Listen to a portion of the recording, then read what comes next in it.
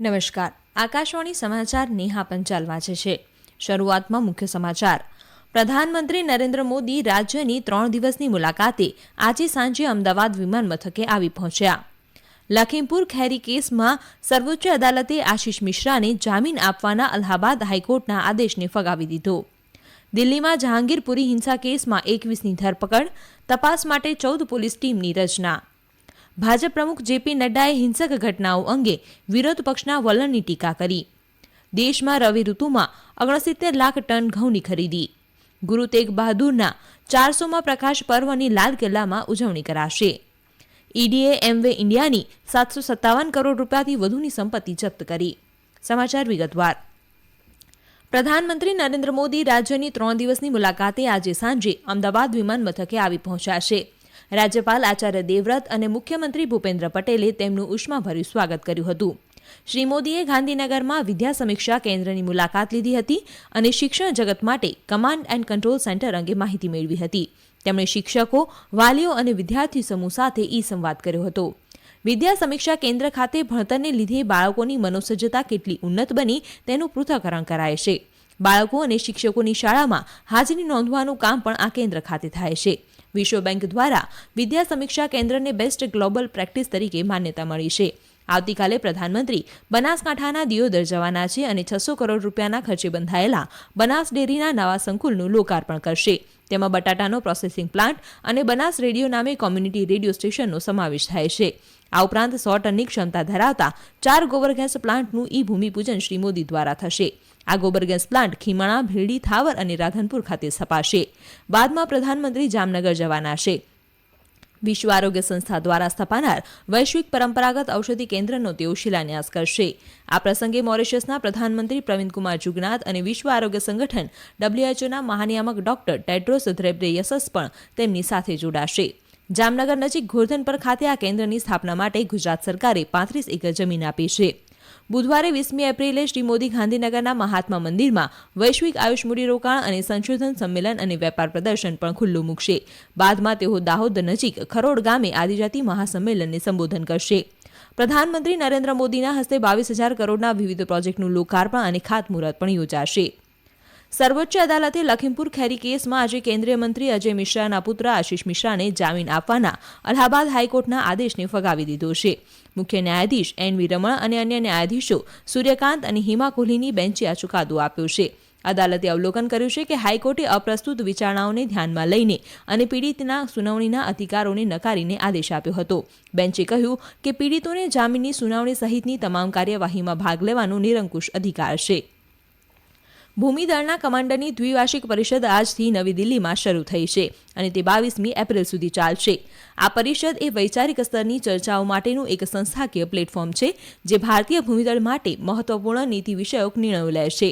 5 દિવસીય કોન્ફરન્સ દરમિયાન તેઓ સરહદો પર કાર્યવાહીની પરિસ્થિતિની સમીક્ષા કરશે અને સમગ્ર જોખમોનું મૂલ્યાંકન કરશે અને ક્ષમતા વિકાસ અને સજ્જતા પર વધુ ધ્યાન કેન્દ્રિત કરવા માટે વિશ્લેષણ હાથ ધરશે. સરહદી વિસ્તારોમાં માળખાકીય વિકાસ, સ્વદેશીકરણ દ્વારા આધુનિકીકરણ અને રશિયા-યુક્રેન યુદ્ધની અસર જેવી બાબતો સંબંધિત પાસાઓ પર ચર્ચા કરશે.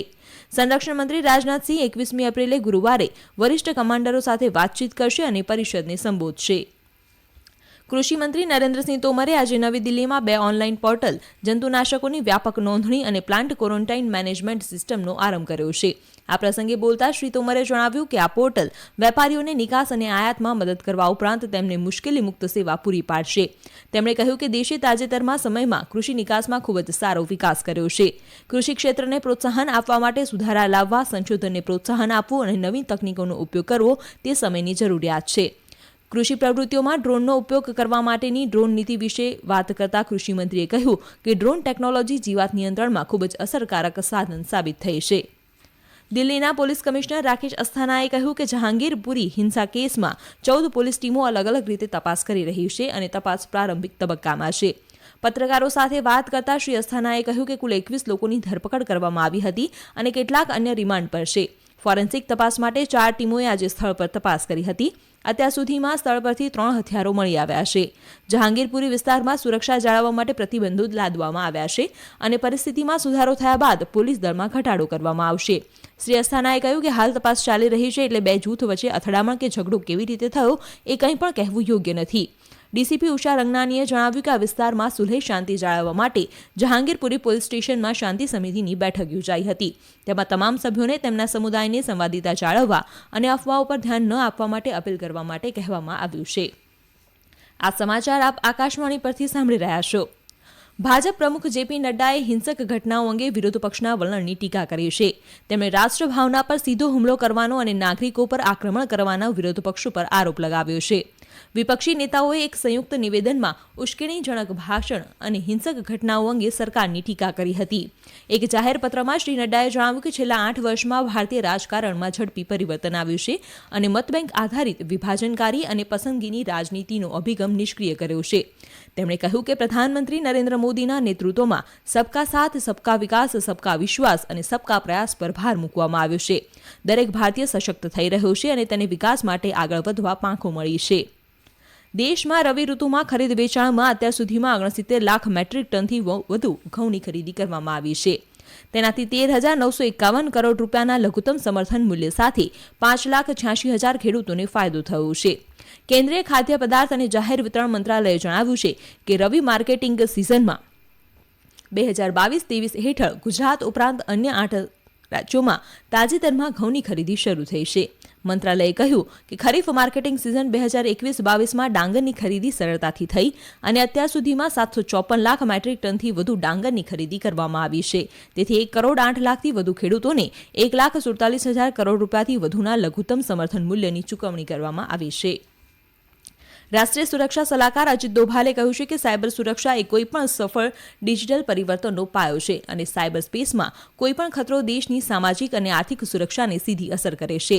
આજે નવી દિલ્હીમાં રાષ્ટ્રીય સાયબર સુરક્ષા કવાયતનું ઉદ્ઘાટન કરતા તેમણે દેશની ડિજિટલ ક્રાંતિ અને ડિજિટલ સેવાઓ શરૂ કરવા માટે કરવામાં આવેલા પ્રયાસો પર પ્રકાશ પાડ્યો હતો. તેમણે રાષ્ટ્રીય સાયબર સ્પેસની સુરક્ષા પર ભાર મૂક્યો. આ રાષ્ટ્રીય સાયબર સુરક્ષા કવાયત 10 દિવસ માટે હાથ ધરવામાં આવશે. શીખ ગુરુ તેગ બહાદુરના 400મા પ્રકાશ પર્વની ઉજવણી માટે કેન્દ્ર સરકારે લાલ કિલ્લામાં 20મી અને 21મી એપ્રિલે એક ભવ્ય કાર્યક્રમનું આયોજન કર્યું છે. આઝાદી કા અમૃત મહોત્સવના ભાગરૂપે આ કાર્યક્રમનું આયોજન કરવામાં આવ્યું છે. નવી દિલ્હીમાં મીડિયાને સંબોધતા કેન્દ્રીય સાંસ્કૃતિક બાબતોના મંત્રી જી કિશન રેડ્ડીએ માહિતી આપી કે પ્રધાનમંત્રી નરેન્દ્ર મોદી સમાપન સમારોહમાં ભાગ લેશે.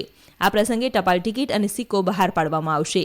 કેન્દ્રીય ગૃહમંત્રી અમિત શાહ 21મી એપ્રિલે યોજાનારા કાર્યક્રમમાં ભાગ લેશે. 2 દિવસીય કાર્યક્રમ દરમિયાન દ્રશ્ય શ્રાવ્ય શો, શબ્દ કીર્તન અને અન્ય કાર્યક્રમોનું આયોજન કરવામાં આવશે.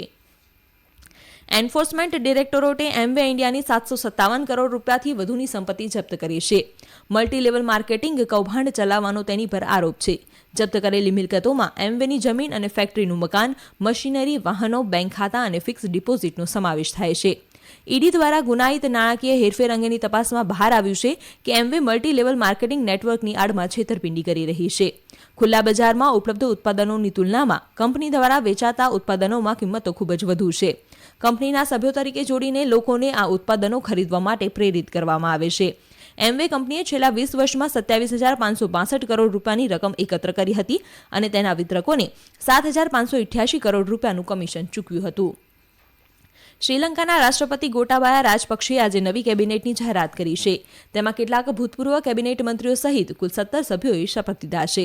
આજે શપથ લેનારા મંત્રીઓમાં ચમન રાજપક્ષે અને નમલ રાજપક્ષે સહિત રાજપક્ષે પરિવારના કોઈપણ સભ્યની નિમણૂક કરવામાં આવી નથી. જોકે પ્રધાનમંત્રી પદે મહિન્દા રાજપક્ષે સત્તામાં યથાવત છે. અંતમાં મુખ્ય સમાચાર ફરી એકવાર. પ્રધાનમંત્રી નરેન્દ્ર મોદી રાજ્યની 3 દિવસની મુલાકાતે આજે સાંજે અમદાવાદ વિમાન મથકે આવી પહોંચ્યા. લખીમપુર ખેરી કેસમાં સર્વોચ્ચ અદાલતે આશિષ મિશ્રાને જામીન આપવાના અલ્હાબાદ હાઈકોર્ટના આદેશને ફગાવી દીધો. દિલ્હીમાં જહાંગીરપુરી હિંસા કેસમાં 21ની ધરપકડ, તપાસ માટે 14 પોલીસ ટીમની રચના. ભાજપ પ્રમુખ જેપી નડ્ડાએ હિંસક ઘટનાઓ અંગે વિરોધ પક્ષના વલણની ટીકા કરી. દેશમાં રવિ ઋતુમાં 69 લાખ ટન ઘઉંની ખરીદી કરવામાં આવી.